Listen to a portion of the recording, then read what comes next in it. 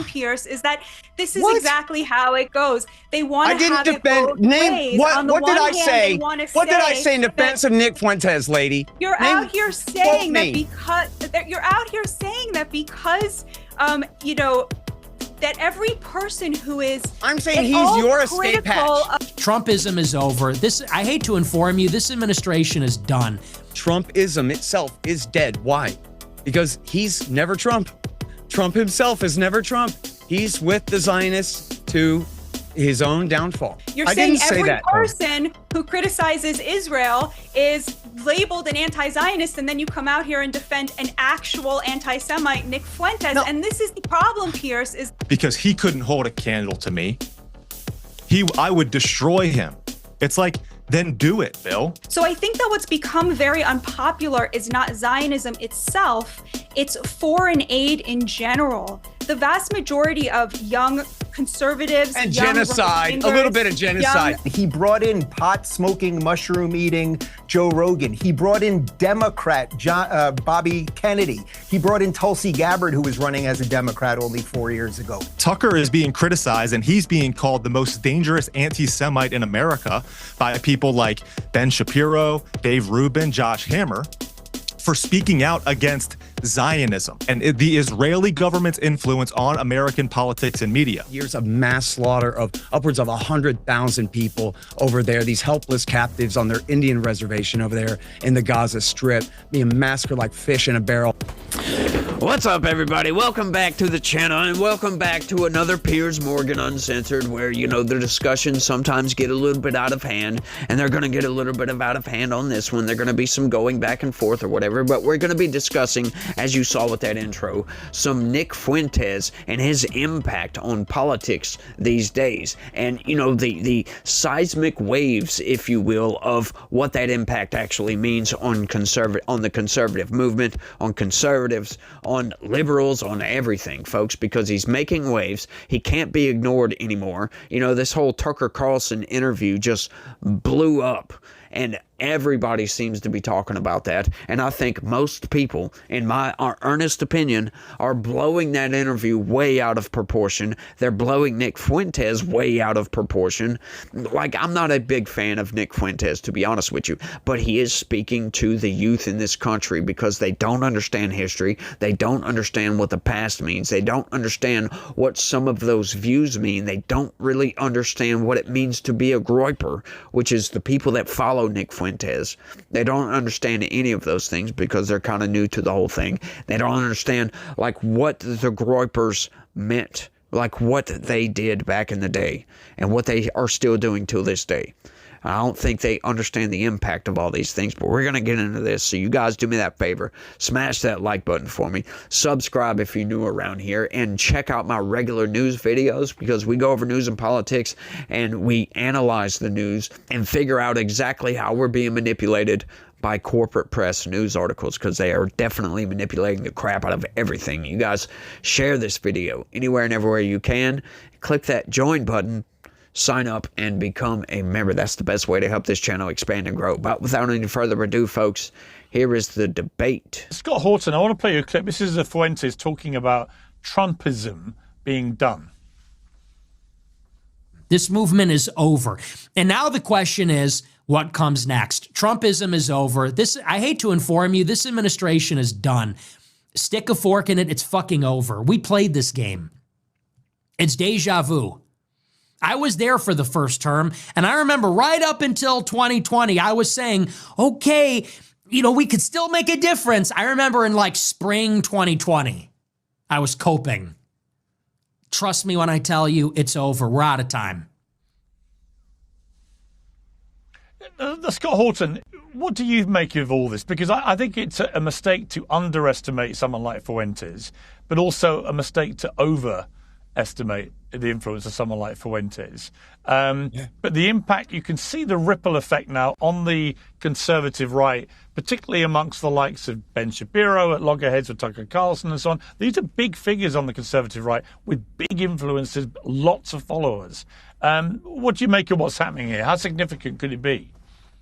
I've got a lot of things on my mind, Piers. First of all, thank you so much for having me back here. It's great to be with you. Secondly, I'm so frustrated that I wasn't able to be on with O'Reilly and have that debate or discussion with him about so many things. He said quite a few things that I thought were really important about inflation and other things, about how fake the New York Times story about Trump and Epstein is this morning and things like that, where he really is right on.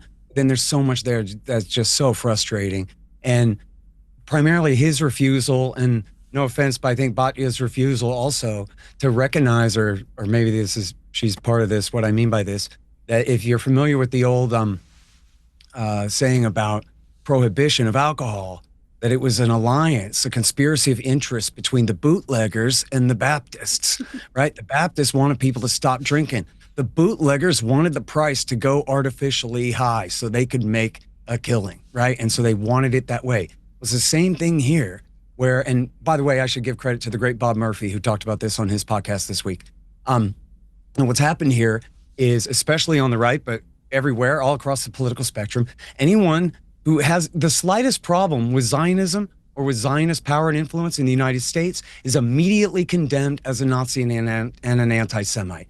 And I am saying this up front, quite honestly, I have never watched Nick Fuentes' show from beginning to end. I've seen a few clips.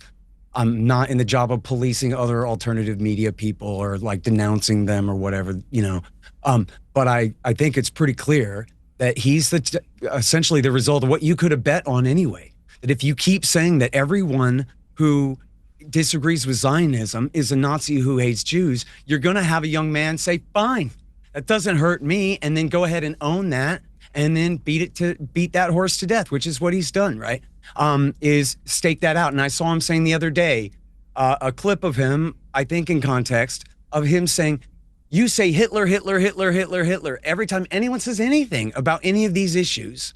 And then he says, but that word no longer has any power here. That was a long time ago. It has nothing to do with what's going on with us and not like that. So what's happened is Zionism, which has a total kind of stranglehold and lock on the center of American politics, has marginalized anti-Zionism to the fringes where now legitimate anti-Semites can claim to own it. And no offense, Piers, I would have done a worse job than you, but you made a big mistake at the beginning of that interview. You played a clip of Tucker Carlson, and then you asked him about Nick Fuentes. You gave him a big escape hatch, so he didn't have to confront what his friend Tucker Carlson, who is avowedly not an anti-Semite, had to say about Israel and its influence in this country. And who's Bill O'Reilly? Bill O'Reilly is Ariel Sharon's man in the United States of America 25 years ago, who helped Israel lie America into war because they thought getting rid of Saddam would somehow weaken Iran.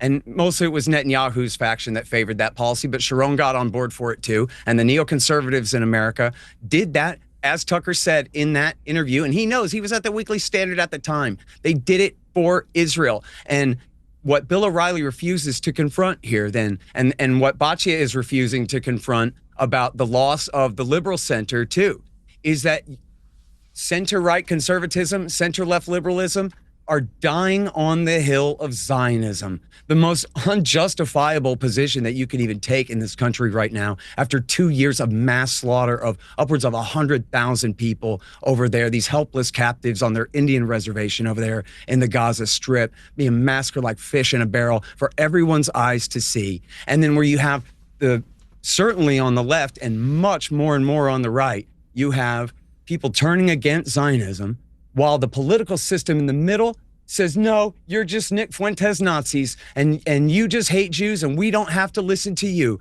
And yet Donald Trump, while literally people are desperate, like literally desperate, standing in line in the rain for food because they can't afford to eat. Donald Trump spends all his time asking the Israeli president to pardon the prime minister as though he has that power to even do that.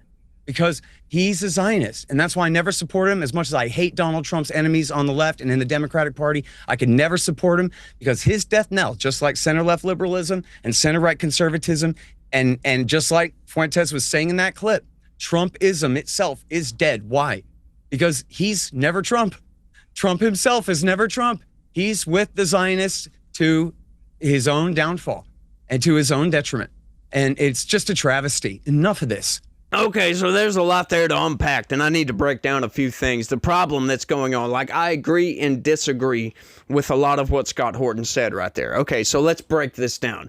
The problem that's going on right now, support for Israel is waning, like quickly, like it's falling off a cliff. So Israel is trying to figure out, how do we garner support in America for Israel? That's one of our best allies in the Middle East. It's our only really true ally in the Middle East, right? Now, the support for Israel, a lot of these younger, Gen Z, even early millennials, right? They don't understand why we support Israel so strongly.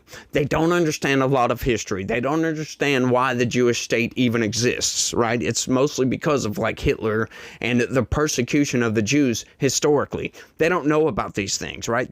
They see all these people like in current day yelling, screaming, gnashing their teeth about anti-Semite and anti-Semite this. If you say anything, if you criticize the Israeli government, those people are doing massive damage to Israel itself, right? I'm talking as a whole. Jewish people, the government, all of it, right?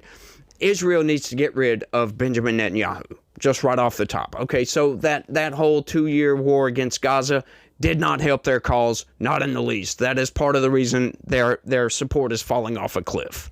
They understand this. I have been getting flooded with all these pro-Israel commercials about buying products from the Holy Land and all this, right? Like, I'm in full support of the Jewish state. I totally agree with that. Now, I disagree in a lot of areas where some of the aspects of the Israeli government, they need to stop acting like little America. In other words, like, all these strikes and all this other nonsense and generating war in a lot of places and, just generating tensions just in general. They need to stop that. They need to back off. Look, just because, some of these Muslim countries pose a threat does not mean that you get to strike first, right? That should not be your ethos. That doesn't help the case either, right? So a lot of support for Israel is going away. They've got these people out here I guess they think if they just scream you're an anti-Semite, it will make these people cower in fear for being called a Nazi. Well, that's clearly not working, because go ahead, call me a Nazi, right? It's just like calling somebody a racist these days. It doesn't have the same power it used to have. Call me a racist. I don't care what you think, right? We're getting back to this where people don't care what other people think. That is a good thing, in my opinion. But look, people need to read into their history, right? This is where I kind of disagree with Scott Horton. I think, like, what the Trump administration is doing, right? Like, people don't understand this, right? Trump is basically America first for the most part. I would say he's 90% America first. But that other 10% is full-fledged neocon, straight up. People don't understand that about Trump. Like, they don't realize that about Trump. He's got a bit of neocon in him. He's got a bit of Zionist in him. And look, I agree with that. I am a Zionist if you base that upon the base definition of what Zionism is.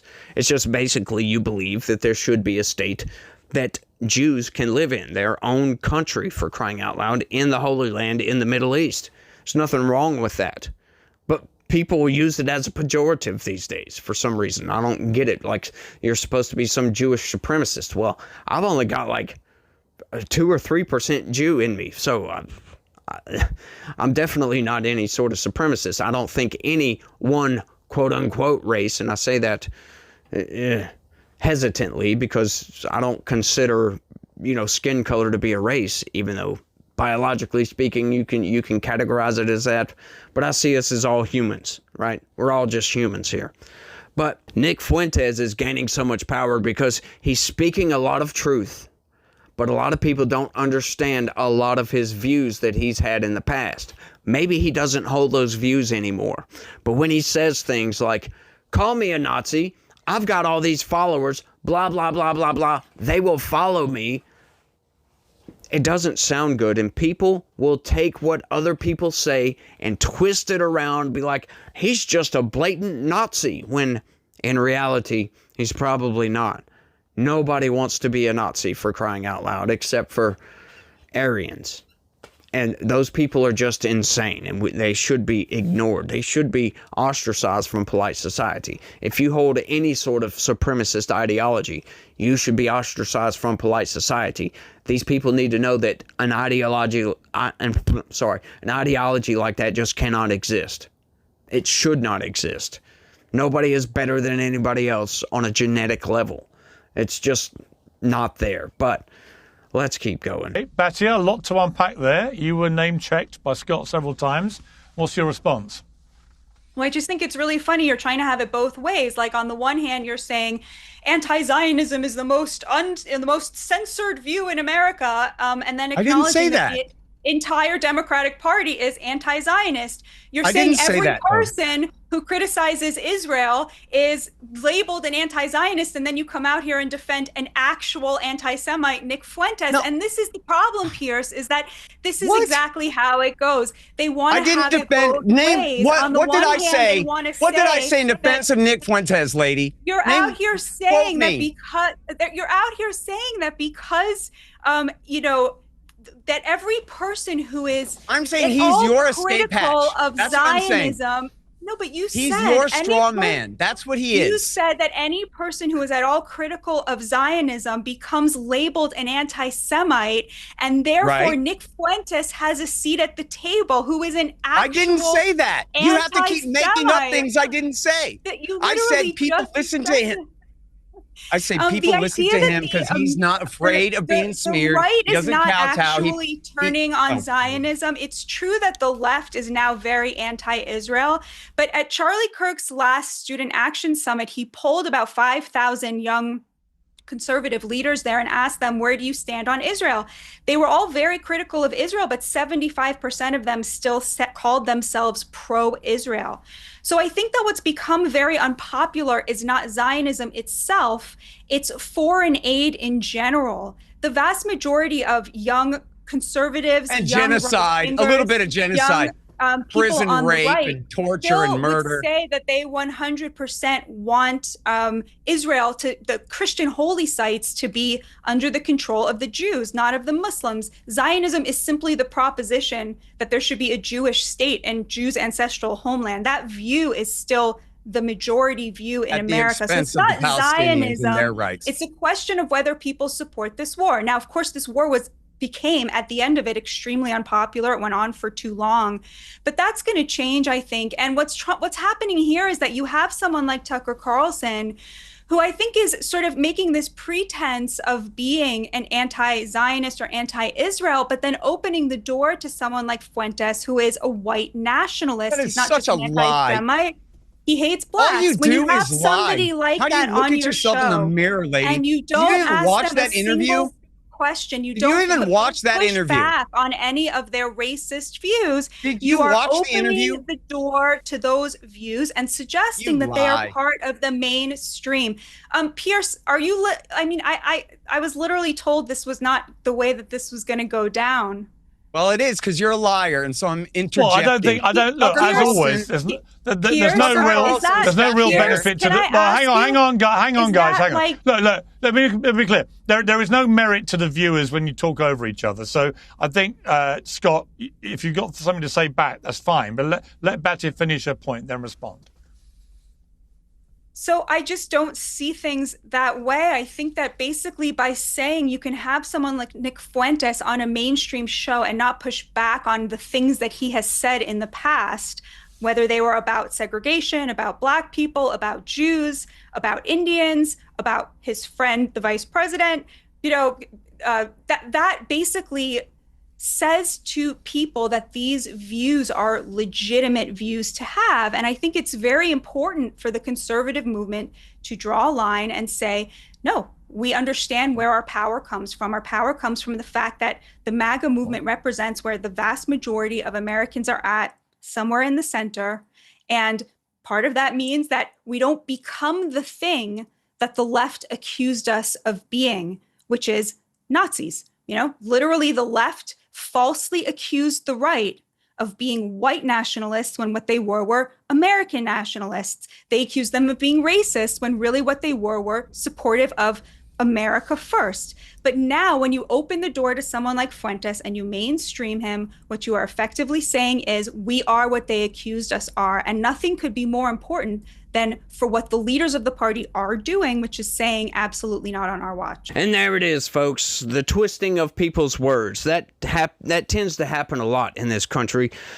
You know, people will take something somebody says and they will interpret it however the hell they want to, right? Like sometimes people do make insinuations, but other times people are just stating stuff verbatim from something else that they heard, or it might be just facts that they're stating out, and that should be taken word for word, literally, sometimes. Like, people do speak in literals, in absolutes, right? Some people don't. Some people speak in insinuations. Some people speak in both, but you can't twist around what somebody is saying. Sometimes when you listen to somebody, sure, you might have to interpret whether they're being semantic, whether they're, you know, insinuating something, or if they're just straight up being literal. But generally, most of the time you can kind of tell, right? But what she was doing right there is twisting his words around to mean something else. She was being, you know, argumentative for the sake of being argumentative, and I don't think that's a good look. But she's right about the MAGA movement. Look, the MAGA movement's a big tent, so we're going to have some disputes. Everybody's not going to agree. But when it's time to coalesce and come together because the left is crazy, then they're going to come together and we're going to fight and win every single time, as long as we can coalesce under a leader. And that's what the problem is, right? Donald Trump, he's gone after his term is over with, right? There's no more Donald Trump, at least for president, right? So who's going to replace Donald Trump? And that's the problem. Nobody knows who's going to replace Donald Trump. It's not going to be J.D. Vance, right? J.D. Vance is not a Trump analog. That is for sure. But there's a chance he could win the presidency, but for some reason, I doubt it. I highly doubt it. There are many key figures out there that could pick up that mantle, but nobody will ever be another Donald Trump. They might do a good job, but they'll never be exactly Donald Trump. He is just, you know, a once-in-a-lifetime character in politics that you just can't replicate, right? You can get good leaders, but you'll never be able to replicate Donald Trump. He just is what he is. He's just very different. So that's the question that Republicans and conservatives are looking to. Who is going to replace this dude? And a lot of people are trying to vie for that position, right? But I don't think it's that simple. I don't think it's that cut and dry. You have figures like Vivek Ramaswamy, who I think would be very good for this country. He does have a couple of views that I don't happen to like. Like, even Donald Trump holds these views, like the H-1B thing. Look, that whole situation with Donald Trump was blown way out of proportion as well. When in his interview with Laura Ingraham, they interpreted what Donald Trump said as Donald Trump calling Americans dumb. No, but there are things, technologies, that in some cases we have created and have offshored the manufacturing of, that Americans no longer know how to do those jobs because we didn't have the chance to pass down that knowledge to the next generation, because the next generation never showed up because the people at the top decided to offshore that technology. So a lot of people are misinterpreting what's going on here. Donald Trump is talking about bringing some people in through the H-1B program, right? People forget Donald Trump was a lifelong Democrat. As a matter of fact, I told somebody that the other day, and they were like, really? You didn't know that, my dude? Donald Trump was a Democrat for almost his whole life until he come out as a Republican. That's part of the reason Democrats went in so hard on him at the beginning. Called him a racist and all these other things, trying to knock him down a peg because he betrayed them. But that wasn't really the case. But anyway, getting back to what we were talking about with the H-1Bs, Donald Trump is just talking about temporary people coming in, showing Americans how to do this job quickly and efficiently so we can make money, so we can onshore manufacturing and bring that back to the United States and make the United States a manufacturing powerhouse once again. That's what Donald Trump is talking about. He's not talking about bringing these people in permanently, but even still, right? We've always been a country that has had a good segment of the population immigrants, right? A lot of people, they love to say we're a country of immigrants. Well, that's kind of true. That was true for a long time, right? It's not really that true anymore. We are mostly a country of native-born Americans, right? We do have a lot of immigrants, much more than your average all over the world, right? More people come to America than people migrate to anywhere else. So yeah, you could call us a country of immigrants or whatever, but once again, that must be done through the legal process. The H-1B, that's a legal process. I think that's a good thing, bringing people in. You know, there's a lot of people out there. I'm not saying Americans won't do these jobs, because they absolutely will, but in some cases, they must be taught how to do these jobs quickly and efficiently. And I think that's the only thing Donald Trump is saying with that. But people are misinterpreting what Donald Trump is saying, and they're just trying to blow this stuff way out of proportion. Same thing with Nick Fuentes, right? Nick Fuentes has said some racist things in the past, but however, you know, it was in the context of something totally different. So they're misconstruing what he was saying. I don't know if he's a blatant racist or not. I've heard some of the clips that make him sound racist, but they say the same things about people like Steven Crowder. But you go and watch Steven Crowder, and Steven Crowder is clearly not a racist. But anyway, getting back to the point, I don't think Donald Trump is the MAGA movement incarnate. He just so happens to be the leader of that movement. That movement was always around. People just didn't know what to call it. Donald Trump come in and gave it a name and gave it a leader and gave it some breath and gave it life, for crying out loud, and exploded it. And a lot of people in this country didn't realize that they were America first, because that wasn't really a thing, because all these people are looking to the rest of the world. Oh, we need to bring all these people in, and everybody thought that was the consensus of the population. They didn't realize how popular America first actually was until Donald Trump come in and start talking about we got to get rid of these criminal aliens, and that whole thing blew up. But it's here, and it's never going away, I don't think, or at least for a very long time it's not going to go away. We will need a new leader for the MAGA movement or whatever, but I think that's an issue for the next few years, right? That's going to be coming up. I think people are blowing this stuff way out of proportion, like they always do in politics. So I think everybody needs to chill the hell out, stop trying to garner so many clicks, and just do your job. That's what I say.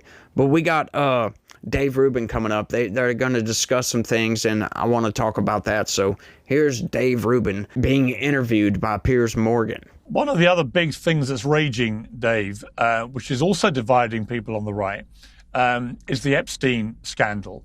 It's showing no sign of abating. In fact, if anything, I think it's getting bigger and bigger, and will continue to get bigger and bigger as we learn more and more from these files. And at the sort of heart of the problem for the Trump administration is they kept telling everyone, the moment we're back, we're going to release all these files, total transparency, the Democrats are hiding stuff, and so on. And then, two things happened. Elon Musk said, when he fell out with Trump, breaking news, Trump's in the Epstein files, and then within 2 weeks, the whole investigation was shut down, nothing was released, and so on. And now we're getting all this drip, drip, drip stuff from Congress. What do you make of the way this has all been playing out? Yeah, well, I think the biggest mistake along the way was a couple months ago when Attorney General Pam Bondi said she had the files on her desk and they were going to be released. I don't know if she meant that sort of facetiously or it was just imagery that she was saying, but people literally thought that meant she had a binder with all of the information and that was going to be put out there. Look, I don't know any more than you do on this. What do the files actually mean? Are they the flight logs that we seem to have seen already? And just because someone's on a flight log doesn't mean they did all of the worst things and everything else. I think there definitely is some issue related to transparency. This is why, as a politician, you gotta promise to do the best you can. But when you just promise the world to people, if you don't give them that, they are going to take it in all sorts of crazy ways. So I would say, to whatever extent there is something that hasn't been released that should be released, I'm absolutely for releasing it. So I got to interject on that right quick. Like, I've covered on this channel several times, Kash Patel has said several times that they've released what they're legally allowed to release. Now, I don't know the veracity of that claim. I've checked into it. I've looked into to see what exactly the courts are blocking with the Epstein files, but Kash Patel says that they can't release anything related to any of the victims, which would be what we would want, essentially, like who were these people victimizing, essentially, and then getting back to the courts are also blocking prosecutions of anybody involved with Epstein related to anything that went on with Epstein's exploits. He said this over and over again. I don't know why people just, maybe they haven't seen the clip, maybe they don't understand that, maybe they're ignoring it. I have no idea. But that's what's been stated. That's why they're not releasing the files. Now, if they go through Congress discharge petition, if that comes up, it goes through Congress, that's a different story, because then you could do an in-run around checks and balances and all that of the court system, and they can release the files through that way, and they are doing that. However, it's just taking way too long for people, and people are, they're getting enraged and they're impatient and they're like, blah, blah, blah, blah, blah, and I think it's all a bunch of ridiculousness, if you ask me. But let's keep going. There's a little bit more to this. Where is Donald Trump? You talk about a lot of wins. I think he has had a lot of wins. A lot of people saying that the economy is precarious and he's got to be very careful. A lot of people on the right saying this. I've seen Fox beginning to push quite hard about, affordability and what's going on now with prices and inflation and so on.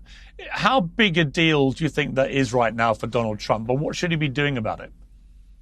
I think it's huge. It's a huge deal, whether it's true that some of this is his fault or he hasn't dealt with it the best way possible, or whether it's just purely narrative. Look, we're a week and a half off of a socialist or Marxist or communist, whatever you want to call him, being elected the once greatest city in the world, New York City, the epicenter of capitalism. So whether Donald Trump could do more or not, the fact is New York City is now run by someone who is an avowed socialist. So there's a narrative problem. Look, Donald Trump's not printing money the way the Biden administration was. As I said, the tariff situation and some of the trade deals, you still have to see where they land, but I think they've largely evened the playing field as it pertains to trade, so that is good. But 100%, I agree, Trump has to figure out a way to get young people in on the housing market, so that partially is building more houses. I think he's got to keep hitting Powell at the Fed over the head to lower those interest rates so young people can get in. They're trying to do this 50-year mortgage thing, which I think you can probably argue either way. It's nice to get in with lower payments, but then you're kind of 50 years is almost a lifetime, so that's a little bit tricky. I would think the other part, and Trump just addressed this, is they're going to have to figure out what to do with some of this H-1B visa and student visa stuff, because, if we're bringing in all these people, you got to convince Americans that they simply can't do these jobs if you're going to bring in all these other people to do these jobs. I believe in the American people. I think Donald Trump believes in the American people. So if we have to train people, or if we're going to take money from China, let's say, to open plants here, well, then maybe one of the conditions is you got to help train Americans. We don't want to just give, Chinese or Indians jobs. And that has nothing to do with racism. It has to do with doing what's right by America. So I would say this is a place where Trump, I think, has largely done the right thing. I can tell you the prices of eggs and certainly gas and beef, they are down a bit. But if it's just an optics issue, politics, it's still an issue. So he has to do something there. It's fascinating to watch, because he's been so helter-skelter since he took power again at the start of the year. It's been quite a year. And I can't think of any president really that comes to mind that's done so much in such a short period of time. I think probably having learned the lesson from his first time, that you basically get a couple of years to the midterms, and then, everything, your ability to do stuff starts to recede quickly into a general election. So I think he's cognizant of that. He's really hit the ground running, hasn't he? And, he could well end up being one of the great transformative presidents in history.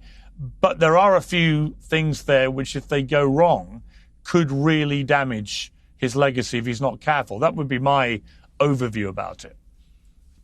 Oh, I totally agree. I mean, look, we've got a year to the midterms, and then post midterms, he is a lame duck president. That's simply the truth. Now, I completely agree with your previous point, which is he's done an incredible amount in this year. I mean, if you just look at his travel schedule alone and the fact that this guy's constantly giving on-the-fly press conferences and doing all these interviews and giving tours of the White House and everything else, it's incredible what he does at 79 years old. It truly is. But he does have a limited window.